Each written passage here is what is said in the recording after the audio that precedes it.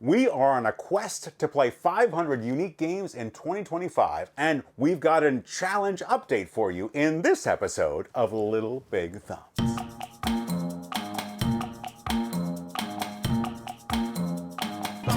Did you know that so far in 2025 we have only filmed 2 videos together? 2? It's true. Wow. Only 2 videos. We've got so much going on. You are in school. You've got 2 jobs that you're juggling. And we've also got this challenge, this goal to play 500 unique games in 2025. And, you know, part of the reason for doing this goal was to get the 2 of us at a table together playing more games and having more conversations about games together. And that just hasn't happened quite the way we imagined. But we're here now. We're here now. And we're into June, which seems like the perfect time for like a mid-year challenge check-in. So what should we do with this time together, Milo? We should discuss these 3 questions that I think would give a good little recap. Great. We can talk about the game that was new to us, not necessarily a new game this year, but new to us that we felt the most excited about and loved. A game that we were surprised by. Love a surprise. And then maybe the 3 games that we're most excited to play and fit into this challenge before the end of 2025. I love it. And then at the end of the video, we can reveal where we're at with this challenge and our thoughts on how we're going to do the rest of the year. All right. Perfect. Let's do it. So that means that we need to figure out which of us is going to tackle which of these questions first. And so maybe it's time for a little old rock, paper, scissors. Let's do it. All right. Rock, paper, scissors, shoot. Always, every time. All right. So first we're gonna kick things off by talking about new to us games that we loved. I'm going to give an honorable mention to Cascadia Junior from AEG and Flat Out Games. We recently talked about that in a video, and this is one of my favorite games that I played so far this year. I want to give it a shout out because it was such a great game to play with my kids and introduce to other kids as well. But my pick, my favorite game for me personally as a grown adult gamer was Perch from Inside Up Games. This one, we opened it up. We weren't entirely sure what to think of it, but I tell you, I have not stopped thinking about it since you and I played a little while ago now. So Perch is an area control, kind of almost a bag building game where all the players have birds of their colors that are in a bag. And each time we're going to be taking out birds from that bag to place onto the various locations in the game. And there's like a risk factor that you don't know whether you're drawing your own birds or another player's birds. But even if you draw somebody else's birds, it has to go onto one of the locations. One of the things that really sticks in my mind about this game is the way these birds stack. It has nothing to do with gameplay, but just the way they like go, murp, murp, murp, murp. They kind of go crossways back and forth over each other. Such a cute and memorable game. So that was my top new to me game of 2025 so far, Perch. I'm excited to play this more again, but I tell you, with this 500 play challenge, it's hard to revisit games. How about you, Milo? Yes, I also have an honorable mention. It is Here Lies from DVC Games. Oh, yes. It's a deduction cooperative game where there's a crime that's been committed and you have to figure out a few different things like how they died, where they died, and how, where, why? Who, what, when, where, why? I only played it one night and it was so late. We played it together, but it stuck with me and I want to play it again. So that is my honorable mention. Right. The one that I'm so excited to talk about is called, it's spelled Remember, but the M-E at the beginning is capitalized, so I'm wondering if it's remember. I don't know. We'll say it's remember. All right. It is by Pegasus Spiele. Okay. And so it is a memory game, hence remember the title.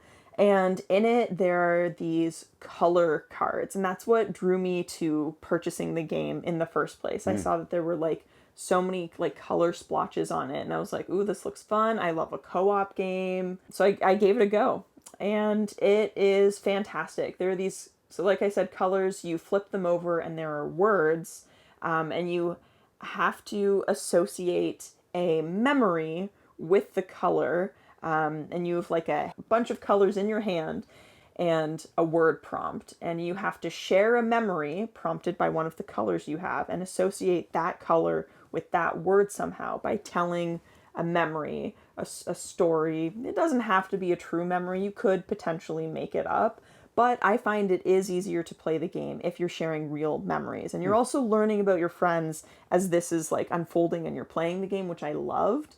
And then essentially at the end of the game, once you've like played X amount of cards, I think it's like 10, then you try and remember whose colors were for what word and like what their memory was that they shared. So it was really, really interesting. It was fun. And I just like love getting to know more about my friends. So that was the one that I loved the most and was most excited about that was new to me. Now you said to me before we hit record today that there was a game that you thought would also be great for kids. Is this the one you were talking about? It is, yes. Okay. I haven't played it with any kids yet, but I do think that it would be really fun. And like the game, in the instructions, it says that you can either share like real memories that are true, or you could make up a little story to associate the color with. So I think that that would be really great for kids because they love sharing stories, whether it's their own or like ones that they're making up on the spot. I think it'd be great. You know, and this might be a stretch, but it kind of reminds me of the Color Monster, which Devere makes. The Color Monster is, you know, a game for very young children. I played it with my girls when they were like 2 and 3 years old, I think. Where you would land on a color, and the colors were associated with emotions, and you'd have to tell stories that are associated with those emotions. So I think red was angry, and so you had to tell a story about a time you felt angry, and so it is a memory sharing game tied to emotions to help the Color Monster, you know, sort out. I love that. It's feelings, and so I'm very curious to play Remember. That is what I've kind of been calling it. Okay, Yeah. all right. So I'm very curious to try that. So that's very cool. So all right, so that is the best new to us games, and now it's time for our biggest surprises. Yes. All right. So me again? Okay, me again. All right. So my biggest surprise, you already talked about DVC games. I'm going to go back to DVC to talk about Signal. Signal is one of the most bizarre games I have ever played.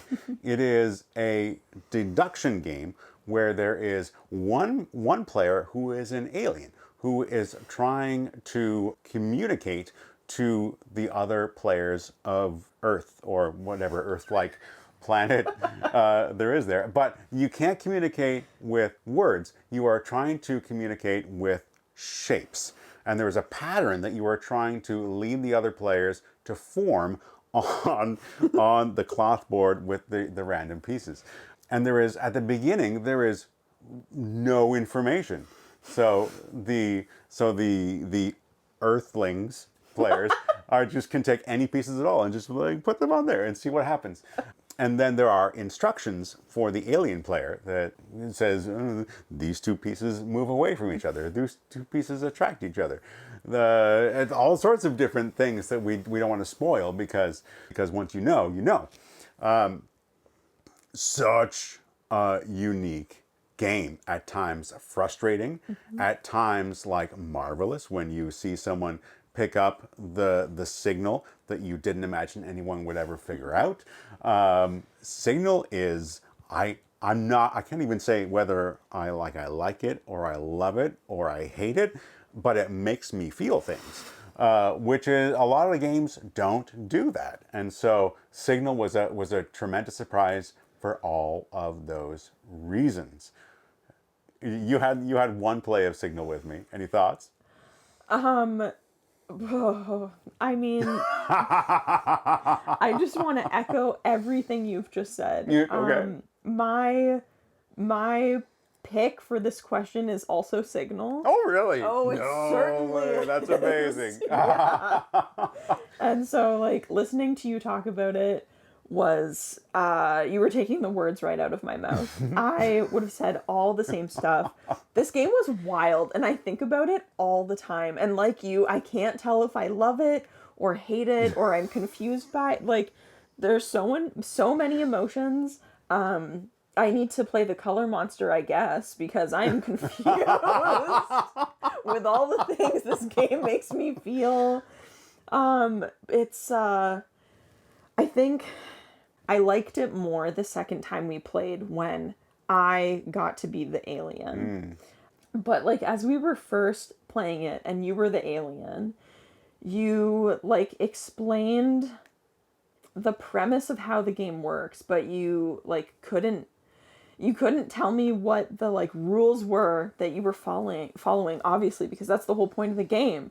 But I like, oh my gosh, I was just struggling so hard and I was getting so frustrated. I don't think I've ever played a game that like frustrated me more. I nearly came to tears because I was so frustrated, but then we immediately played it and switched positions and I definitely liked it way more that time. I was like, okay, I understand why I was struggling so much. You were struggling a little bit. I didn't feel as stupid. But it was fun. And it was, like you said, like quite the experience. And, you know, sometimes that's what I look for in a board game. Isn't necessarily like the mechanics of it or like, you know, did I win? Was it easy to learn? Sometimes it's really just about like the experience and the emotions that it brings up. So definitely the one that surprised me the most. Right. Well, there you go. Lots of surprise coming from Signal. Good job, DVC, for really inspiring us and getting under our skin at the same time. It's true. I'm convinced that an alien did in fact make the game Signal. I don't know how anyone created that game. It had to have been an alien. The final question, which 3 games are you most determined or excited to squeeze into this challenge before the end of the year? Okay. All right. I mean, I've got a long list. I can feel like I can give you 20 games, but I'm going to narrow it down to 3. Okay. The first one I'm going to pick is Thunder Road Vendetta. This is Restoration Games. I am a long time super fan of the original Thunder Road. I still have my old copy of the game, and I still have not played Thunder Road Vendetta. I pledged for the Kickstarter. I've got the Maximum Chrome edition sitting over here, and I just can't wait to see what this game is all about and what they've done to this game that I have so much fond feeling, so much affection for. So Thunder Road Vendetta, number 1. Number 2 is Deep Regrets. Deep Regrets is from TEDx Games. TEDx previously made Hideous Abomination, which is a game we covered on the channel when that game was on Kickstarter, which like super like kid-friendly game about piecing together your laboratory monster and trying to get points by having the most colorful monster with the most noses and horns and everything. Super fun. Anyways, Deep Regrets is the second game in the TEDx lineup, and it is such a wild departure. It is a heavier strategy game. It's got a darker theme. The artwork looks positively amazing. The game, instead of coming wrapped in shrink wrap, it came wrapped in paper, in printed paper. Actually, Milo, if you reach into the bin over there, The recycling bin, I kept it because it is like newspaper print that this game. Deep Regrets. Yeah, That's yeah. so cool. So I'm I honestly don't know a whole lot about the game aside from the fact that it's the same creator, and it like has like a creepy, playful look to it, and people have been raving about this game. So I'm so excited to play Deep Regrets. And my third game will be Tiny Turbo Cars. Tiny Okay. Turbo Cars is made from Horrible Guild. This is a game that I picked up. Horrible Guild has like regular sales on their websites, and so I picked up Tiny Turbo Cars. I have not opened it, but I think it's a racing game where you've got like a remote control that you're kind of programming. I look at it and I'm like, I've got it upstairs. We've talked before about the games that I put on the shelf to stare at me, Yep. to get me to play them. This game has been on that shelf for a year now and saying, play me, JP, please play me. And so Tiny Turbo Cars is one that I'm just excited to play and find out if it is going to scratch the itch for me the way I imagine it will. So those are my three most anticipated games to play in 2025. Excellent. Over to you. All right. I thought about it. No, you know what? I'll save that one for last. Okay. Okay. The first one I'll talk about is Bomb Busters. This one came out last year. I believe it's another game by Pegasus Spiele. Yeah. And it is a cooperative deduction memory legacy game. Oh boy.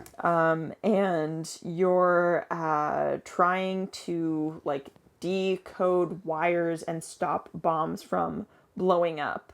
And that's like the extent of what I know about it, apart from it having like a really good rating on BGG and like lots of my friends talking about this game, having played it themselves. I bought this game New Year's Day at the staff party, and I still haven't played it yet. So I'm really excited to do that. I mean, even just this episode, we've already talked about like memory games, cooperative games, deduction games, like all of that, totally my jam. So I'm really excited to play that. I'm pretty sure Bomb Busters was nominated for the Spiel des Jahres. Ooh, that doesn't surprise me. I've heard such good things. The second one that I'm most excited to play, I'm really, really hopeful that I can find somebody with a copy of this game. I might not be able to. That game is Molly House. Okay. So this game is it is a very queer game in the sense of like the LGBTQIA plus community. It's a game that talks about like their history and the history of the term Molly House, which I don't even feel comfortable giving a definition because I don't want to be wrong about something like that. Okay. I don't know much else about Molly House apart from what I've shared. I know that it's a little bit more chunky, but I suspect it'll be like really informative and fun to like sink my teeth into. And I just know that I have friends who would love to play that game with me. So I envision it being a really, really good time. And the last game that I will be squeezing in, even if it's, 10 p.m., December 31st, only a couple hours left, I will be playing this game. It is my favorite game. It is Root. Listen, you're laughing, but I didn't play Root at all last year. I checked. The last time I played Root was in 2023, which is wild for me. Oh, wow. I know. So I have to play it this year. I absolutely need to. My goodness. And there's like a new expansion coming at some point this year, I believe. Yes, playing some bats and frogs would be very cool. I would love that. I would love that for you. All right, very good. Well, this seems like a great point to ask all of you. What games are you excited and anticipating to play in the rest of 2025? Let us know in the comments of this video. And if there's a game that you want us to play, maybe we'll like do a poll like in the comments. If you've got a game that you want us to check out that we've never mentioned here that you think might be great for us to try, let us know. Let us know, and we will be sure to talk about it in a future episode of the channel. Now, here we are. We're at the end of the video, Milo. Yep. So it's time to reveal our numbers. How we are doing with this 500 unique play challenge. Where are you at? I am at 204 plays out of 500, which is a little bit behind. I was keeping on pace all year until the last month or so, Yeah. when I had a couple of big school projects at the end of the year and moving my partner here to Halifax.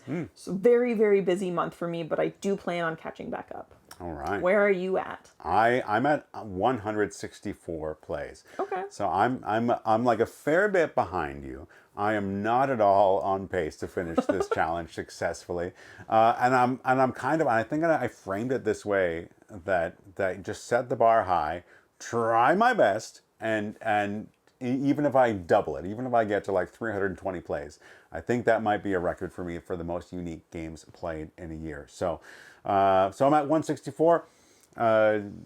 Maybe we'll have some like little big cons where we Yeah. just like hole up for 24 hours and play games the dream. nonstop together. The dream, right? The dream that parents never get to live. All right, so that's where we're at with the challenge. We've done all we need to do for this video, so let's get out of here. Thank you so much for watching. We will be back again soon, and until then, whether you've got little players Or big players make sure that you keep playing games. that make your thumbs go Go way way up. up. Bye for now. Bye-bye.